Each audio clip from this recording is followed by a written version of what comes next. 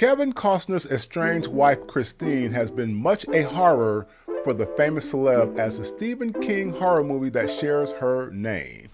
I did a short video about her prenup shenanigans a few days ago, so be sure to check it out.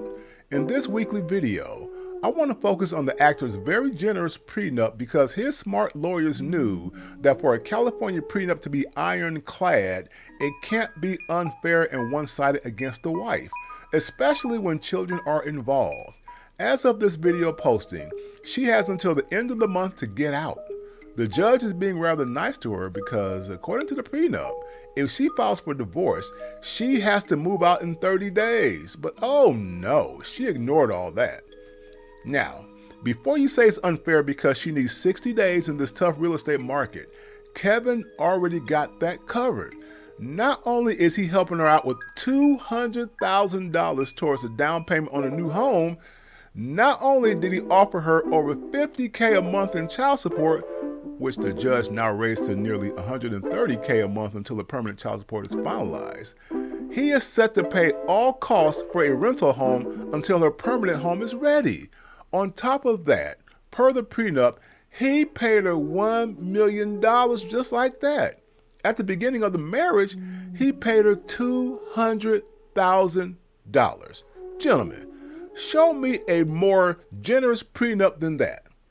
Regardless of all that, she's allegedly being petty about taking some items from the $145 million mansion. He had his lawyers file an order preventing her from looting the property from the house. And her reason for the divorce? He wasn't spending enough time at home. Are you kidding me? This is how you know too many modern women don't understand how successful gentlemen work. Ladies, we don't have time to sit up under you. We have to spend lots of time, sometimes away from home, to maintain all that wealth. It's for this reason, if you're a high-earning man, you can't marry modern women. They will always find dumb excuses like this to divorce you so they can rob you blind. I predict Kevin Costner will win this, but she will do her best to make his life as miserable as possible.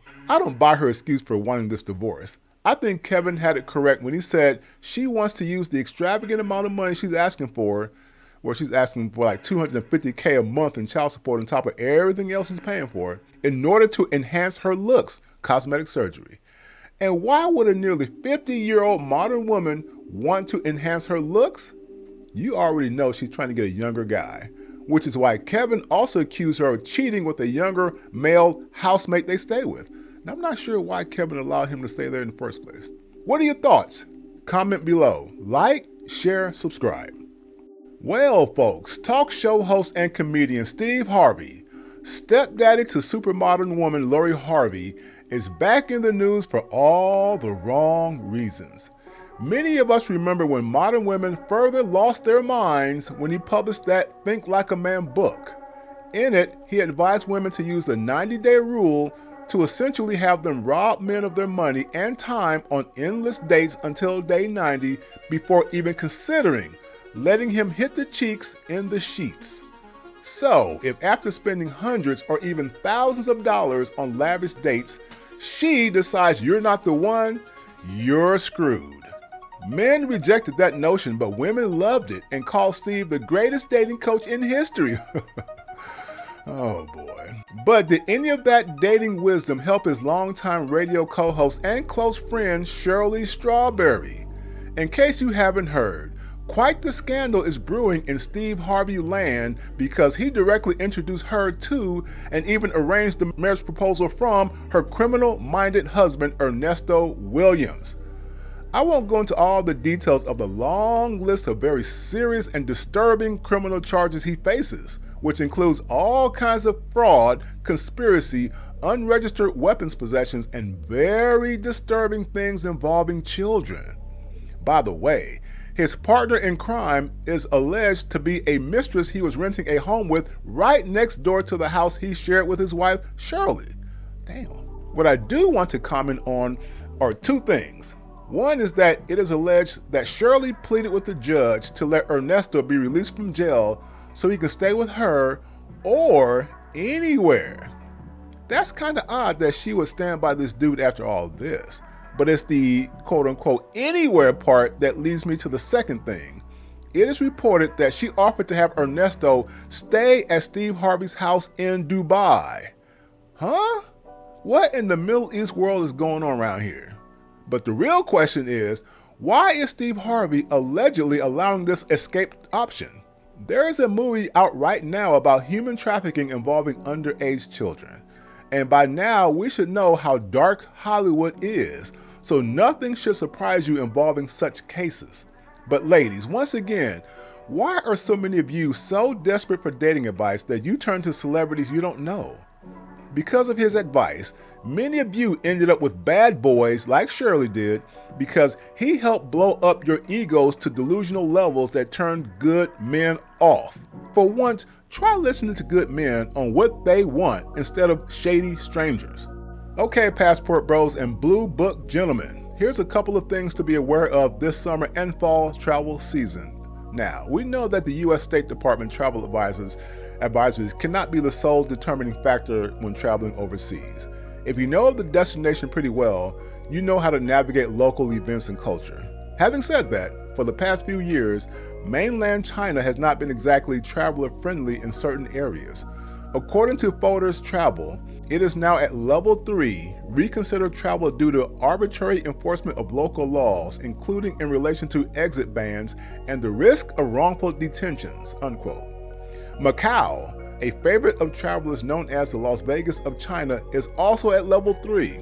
Hong Kong, which has been aggressively promoting summer travel as they seek to boost tourism revenues, is at level 2. Exercise increased caution. Also from Folders Travel are some helpful tips in navigating the many strikes and protests hitting Europe this summer, which can result in flight delays and cancellations. Quote, according to the Times, strikes from the workers and organizers of Eurocontrol, the European Organization for the Safety of Air Navigation, could affect 1 in 3 flights. That's roughly around 12,600 flights per day expected to be interrupted. Between July and August, it's estimated that Eurocontrol will handle over 30,000 flights daily. The looming air traffic control strikes are in addition to the ongoing strikes from pilots and other airline staff. Currently, Eurocontrol operation centers oversee 10 million flights a year, ensuring that planes can safely navigate European airspace. At this time, there are no hard dates set in place for strikes, but Union Syndicale Bruxelles, one of Eurocontrol's trade unions, has warned in a statement that industrial action could take place over the next 6 months, unquote. So gentlemen, plan your European travel accordingly. Is your job at risk of being replaced by AI? According to Reuters, a recent report from OECD, or Organization for Economic Cooperation and Development, says that, quote, more than a quarter of the jobs held by workers living in the world's wealthiest countries could be taken over increasingly human-like artificial intelligence, unquote. If that holds to be true, gentlemen, that means that many of you should be carefully planning your business or career to be able to not only survive, but thrive in this rapidly digitizing economy. And we all know that in this society, a man's value is judged by his financial stability. This is especially true if you're trying to find the right wife. Of course, for those not trying to find wives, you still have to exhibit value and be a contributing member of society. What are your thoughts? Is your job or business at risk of being replaced by AI? Comment below. According to a new McKinsey report, there will be a convergence between the movies we watch and the games we play.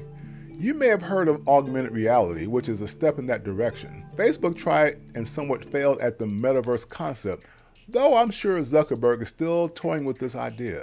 Here's how McKinsey describes what the 2030s will look like, or should look like. Quote, you're at the movies with friends, but the movie is more like a game with a narrative. You feel like you're in the movie because your seats get hot when there's a fire on screen, and everyone can see and hear the movie in whatever language they choose. That scenario could represent the next norm in video entertainment, according to McKinsey experts and industry executives. Like, share, subscribe. But real quick, do me a favor, please like, share, and subscribe so we can keep this new channel growing. Until modern women understand the simple clockwork nature of men, the apocalypse of good men will continue. Welcome to the Brother Apocalypse.